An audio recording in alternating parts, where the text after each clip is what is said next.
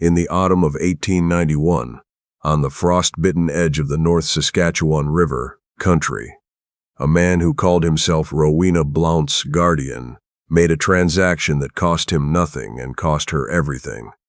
Garrett Blount had been losing money for 3 years, first to a bad harvest, then to a card table in Battleford, and finally to a land speculator named Dawes, who had come west from Ontario with a leather case full of promissory notes and no particular interest in what settlers had built on the land he intended to acquire. The debt stood at $60, and a parcel of title. Garrett had neither. What he had was a niece. Rowena Blount was 28 years old, and she had been a widow for 7 months. Her husband, a schoolteacher named Frank who had come from Ontario with big ideas and a bad chest, had died of fever the previous March, leaving her a small trunk of books.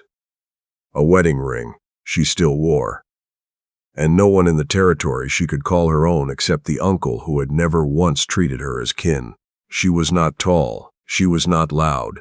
She had the kind of quiet that people sometimes mistook for resignation, but was in truth something much harder. A patience that had been tested. So often it had become a discipline. She did not know what Garrett had arranged until the morning it happened. But she had been in the back room of his cabin, sorting through a box of Frank's old primers, when she heard the wagon outside. She did not think much of it. Garrett had visitors sometimes, men from Battleford, or further out, men who brought whiskey and left before dawn.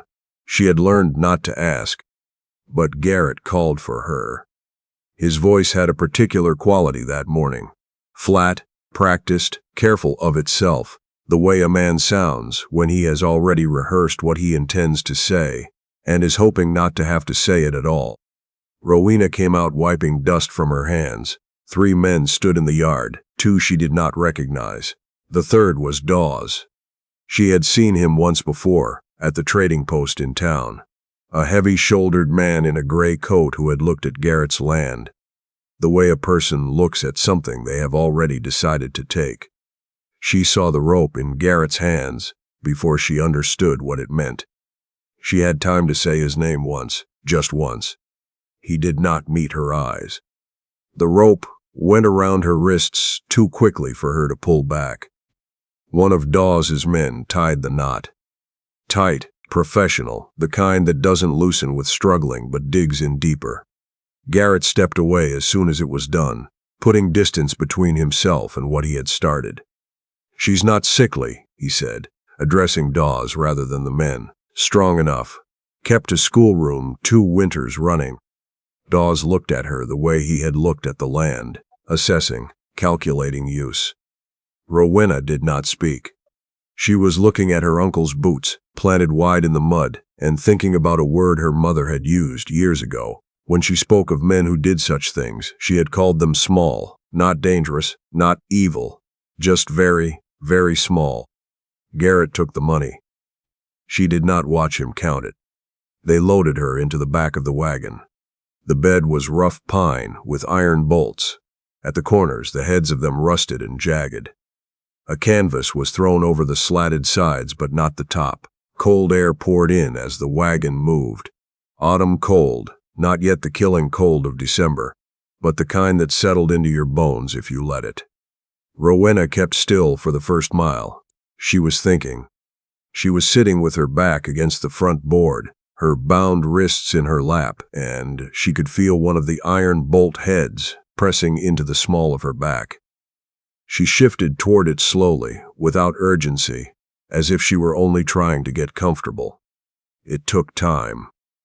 The wagon lurched and swayed on the rutted trail, and the men in front did not look back. She worked her wrists against the bolt head in small movements, feeling the rust catch the rope fibers and fray them. The metal bit into her skin too. She felt it, a burning line across the back of her right wrist. But she did not stop. The blood that came made the rope slippery. That helped. She thought about Frank, about the primers in the box, about a line from one of them she had read so many times to her students she could recite it flat and half asleep. A person who can read their own name can never be entirely lost. The rope gave with a sound like a breath releasing. Rowena did not move immediately. She sat, wrists free, bleeding quietly onto her sleeve, watching the canvas and waiting for her moment. When the wagon dropped its left wheel into a deep rut and both men lurched forward, she went over the side. The ground came up hard. She hit her shoulder first, then her hip, and rolled into frozen grass. The cold shocked the breath out of her. She heard one of the men shout. She ran. The prairie opened in every direction. No trees, no walls, nothing to hide behind. She ran north, toward where the land dipped and the creek ran, because she knew that low ground sometimes had willows, and willows meant cover. Her boots were not made for running. Her skirt caught on the grass, and she tore it free without slowing. Behind her she could hear the wagon pulling around, could hear Dawes's voice sharp with irritation. She reached the creek bank and half ran, half slid down into the shallow cut of the ravine. The water was low and cold, the banks beginning to ice at the edges. She ran along the gravel bed, splashing through the narrow current, letting it erase her footprints. She ran until running became staggering, until the cold in her wet boots became something she had to concentrate, to ignore. The light was going. The sky above the creek cut turned the gray of old pewter, and the wind picked up, carrying the first real bite of the coming winter. She crawled under a stand of willows at a bend in the creek and pulled her knees to her chest. She pressed her wounded wrist against her coat and stared at the strip of sky above the branches. She was not sure anyone would come. She was not sure anyone would know to look. But she thought about the word her mother had used, and she refused it. "Someone is going to find me," she said quietly, "to no one, to the creek, to the cold, and it will not be them." Snow did not fall that night, but frost did, hard and silent, settling across the grass and willows and the blood she had left in patches along the gravel. By the time the stars appeared, Rowena's hands were mostly numb, and she had stopped feeling her feet entirely. Ambrose Keene had been riding the east fence of his lease since first light. He was 42 years old and had been running cattle alone on the North Saskatchewan flats for going on 9 years. He was not a man who courted company, nor one who particularly avoided it. He simply did not require it. He had learned, in the years since his wife Blythe died of childbed fever, that silence was not the same as emptiness, that a life could be full and quiet at once, if you let it be. He kept his cattle, kept his fence, kept his own counsel, and asked for very little in return. What he could not do was ride past blood on frozen ground without stopping. He found it 50 yards west of the creek bend. A dark smear across the frost-hardened grass, and then another, and then a place where someone had pressed a wounded hand flat against the bank while climbing down. The blood was not fresh, not more than a few hours old. The boot prints beside it were a woman's, small and narrow, coming from the south at a run. Whatever had been chasing her had not followed this far. He pushed through the willows. Rowena Blount was alive. Barely, by the look of her, curled tight, shaking in short hard shudders, her coat pressed dark with cold and damp, one hand wrapped around the opposite wrist. Her eyes opened when he came through the branches, and for a moment he saw pure fear in them. Then something else, something that took him a moment to name. Assessment. She was looking him over the same way he'd looked at the blood. Measuring. "I'm not with them," he said. It was the most obvious thing he'd said in years, and he said it anyway. Her eyes stayed on his face. "How many men are with you?" "None." She looked past him at the willows, at the open creek, at the gray sky. Then she closed her eyes briefly. "All right."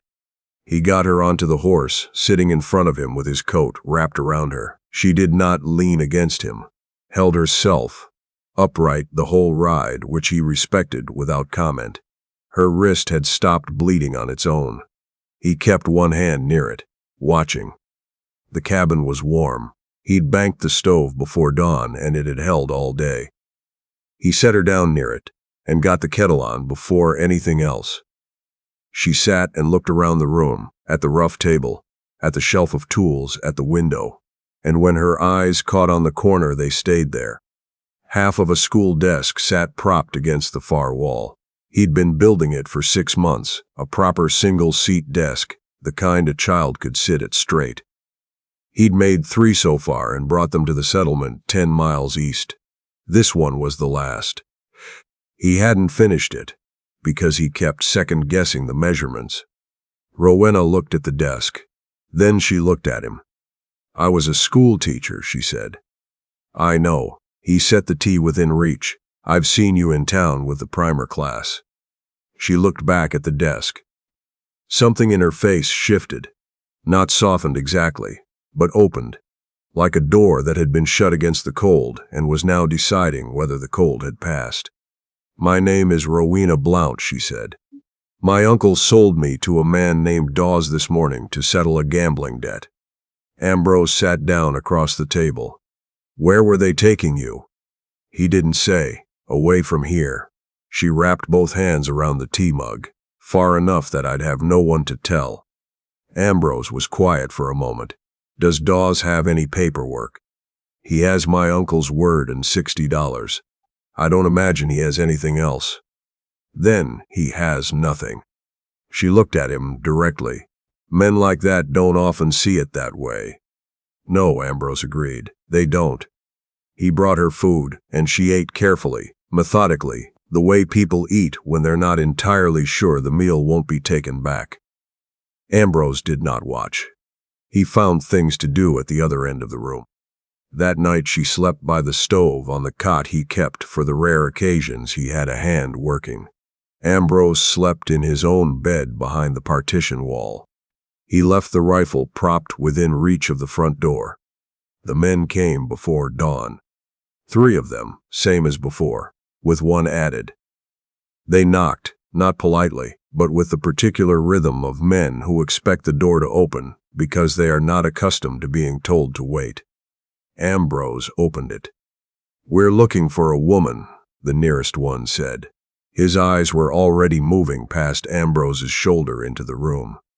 "Lot of people pass through," Ambrose said. This one ran. The man stepped forward. "She belongs to Mr. Dawes." "Show me the paper that says so." A pause. The men exchanged a look that told him there was no paper.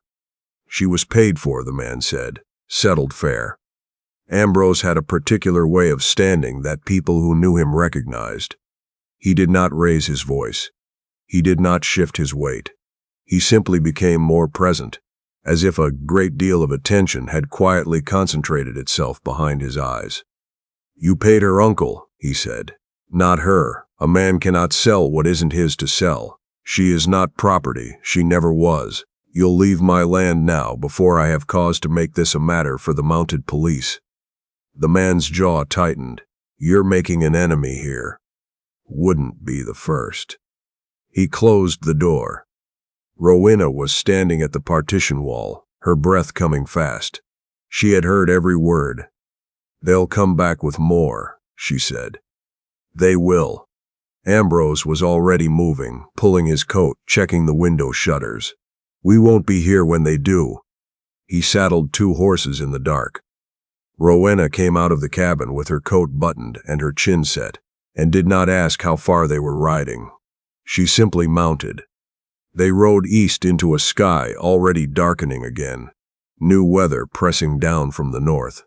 The wind came up fast and loaded with sleet, the kind of storm that arrived without warning on the open prairie and turned the world gray and featureless in 20 minutes. Ambrose kept his bearings by the lean of the grass and the feel of the land under the horses' hooves. He had ridden this country in every season and every kind of dark. He knew it the way a man knows the layout of his own house, not by sight, but by having moved through it so many times that his body remembered. Rowena rode close and said nothing for the first hour. Then, into a gust of sleet, she called out, "Where are we going?" "Redwood Station. There's a Northwest Mounted Police post, and a circuit judge who stops there most of October." A pause. "You know him?" "He's a fair man. I've seen him work." She was quiet after that, but differently quiet. Not the silence of someone enduring, but the silence of someone who has made a decision and is no longer spending energy on fear. The sleet turned to snow sometime past midnight. Ambrose began to doubt the distance until a light appeared in the flat dark, orange and steady. The light of a building that had been burning a lamp and waiting for whoever the Prairie sent through. Redwood Station was a trading post and police detachment combined. The constable on duty heard the horses and came to the door before they knocked. He was young, but he was not dismissive. He listened to Rowena with his notebook flat on the table and wrote in short, careful strokes. He sent a rider for the judge before her account was halfway told. Judge Harwick was a lean, dry-spoken man of 60 who had been riding circuit through the Northwest Territories for 15 years. He came in out of the snow with his coat dark and his hat shedding sleet and sat down and listened to Rowena complete her account without interrupting once. Then he opened his own ledger. "Say your name for the record," he said. "Rowena Blount." He wrote it. "And the man who arranged this transaction. Garrett Blount, my mother's brother." He wrote that too. "You are under his legal guardianship." "Since my parents died, yes." The judge looked up. "Guardianship does not constitute ownership, Mrs. Blount. Not in this territory. Not anywhere under Crown law. What was done to you constitutes unlawful confinement, possibly more." He glanced at the constable. "I'll want Garrett Blount brought in." Rowena's breath left her in one long, slow release. She had been holding it, Ambrose realized, for most of the night. "And Dawes," she asked. "If he attempts to enforce any claim to your person, he will be charged alongside your uncle." The judge set his pen flat on the table. "This record will stand, Mrs. Blount. Any man who tells you otherwise is lying." Rowena looked at the ledger for a long moment, at her name written cleanly in black ink fixed there, official, impossible to unsay. "Thank you," she said. It was the first time she had thanked anyone since the morning before. The words seemed to cost her something and give something back in equal measure. The storm held them at Redwood Station for 2 days.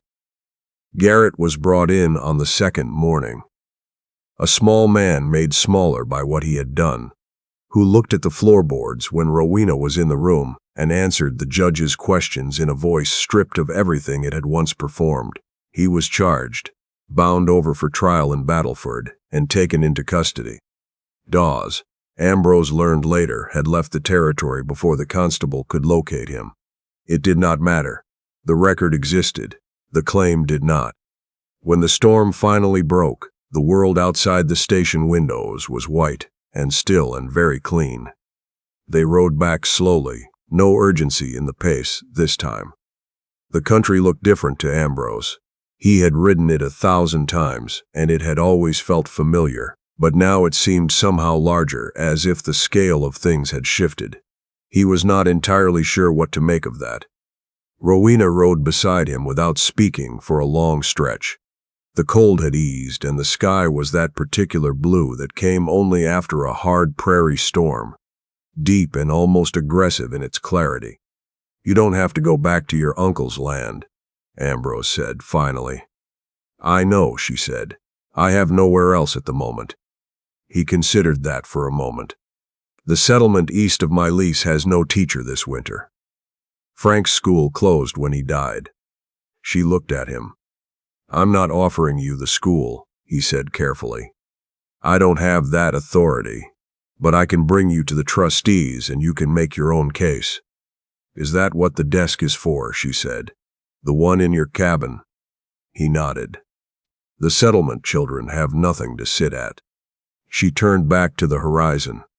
The prairie stretched ahead of them, flat and pale and immense, and the light on it was the low gold light of late afternoon in October, the kind that made even frozen grass look like it was holding warmth it hadn't earned yet.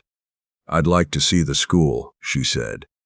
"It's more of a one-room building," he said honestly. 2 windows, a stove that pulls badly." I've taught in worse." He did not argue with that. The cabin was cold. When they returned, the stove banked low, but it warmed quickly. That evening finished the school's desk while Rowena slept. The final measurements had stopped mattering, and he worked by feel, trusting his hands to know what his head had been second-guessing for 6 months. When it was done, he set it by the door and sat back and looked at it. Blythe would have liked it. She had always said the settlement needed a school more than it needed another church, and she had been right, and he had not argued with her then either. He did not know exactly what he felt now. Not happiness. More like the return of something he had stopped expecting. The way a field looks in the second week of spring, when the green is barely showing and you can't yet say whether it will amount to anything, but you can see that it is trying. Rowena stayed through the first week, and then the second. She walked to the settlement schoolhouse with him on the Wednesday when he brought the last desk, and she spoke to the 3 trustees for 20 minutes. And when she came out, her eyes held the particular brightness of a person who has been given back something they had begun to grieve. She moved into the small room behind the schoolhouse. She patched the stovepipe with wire and tacked oilcloth over the worst window and began teaching on a Monday morning with 11 children, ranging in age from 6 to 13, none of them with any books worth mentioning. Ambrose drove a load of Frank's old primers out from town the following week. He left them stacked at the schoolhouse door before anyone was awake. She found a note with them, written on a scrap torn from his supply list, in his careful plain hand, "In case you need them." Rowena carried that note in her coat pocket until the edges wore soft. Garrett Blount stood trial in Battleford the following March. The judge's ledger was produced. The constable testified. Garrett received 2 years in the territorial prison and was stripped of his land claim, which reverted to the Crown.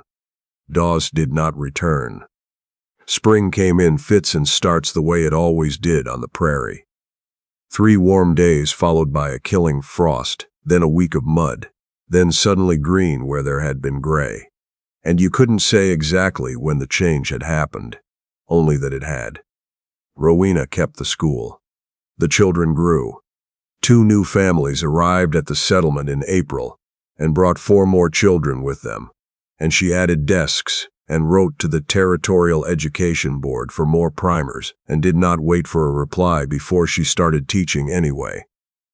On an evening in May, she walked out to the east fence of Ambrose's lease where he was working a post that had heaved with the frost. She stood in the new grass and watched him work without saying anything, and after a while he straightened and looked at her. "I'm staying," she said, "not because I have to. Not because I need someone to stand between me and the cold." He waited. "Because this is where I want to be. Because my students need a teacher who isn't somewhere else in her head, wondering whether she's allowed to choose." She paused. "And because I have decided, for myself, that this is home." Ambrose set down the post driver. He looked at her in the May light. This woman who had been bound and had bled and had run and had chosen. And he thought that when he found her under the willows, he had not known she would change the shape of the quiet he had been keeping. He had not known, and he was glad of it. Some things were better arrived at sideways. "Then stay," he said. She nodded. She did not say thank you, and he did not expect her to. What passed between them instead was the kind of look exchanged by people who have been through something together, and have decided, without discussing it, that they prefer the together to the alternative. The prairie wind came up from the south, warm and carrying the smell of new growth, and Rowena turned her face into it. She had learned, in the months since October, that the land out here did not ask anything of you. It simply was. Vast and indifferent, and occasionally brutal and capable in certain lights, of a beauty so complete it left you without words.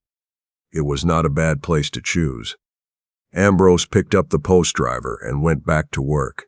She stayed until the light was gone. The fence held. Thank you for listening.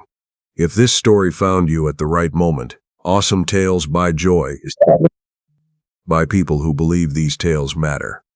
The invitation to support the channel is in the first pinned comment below.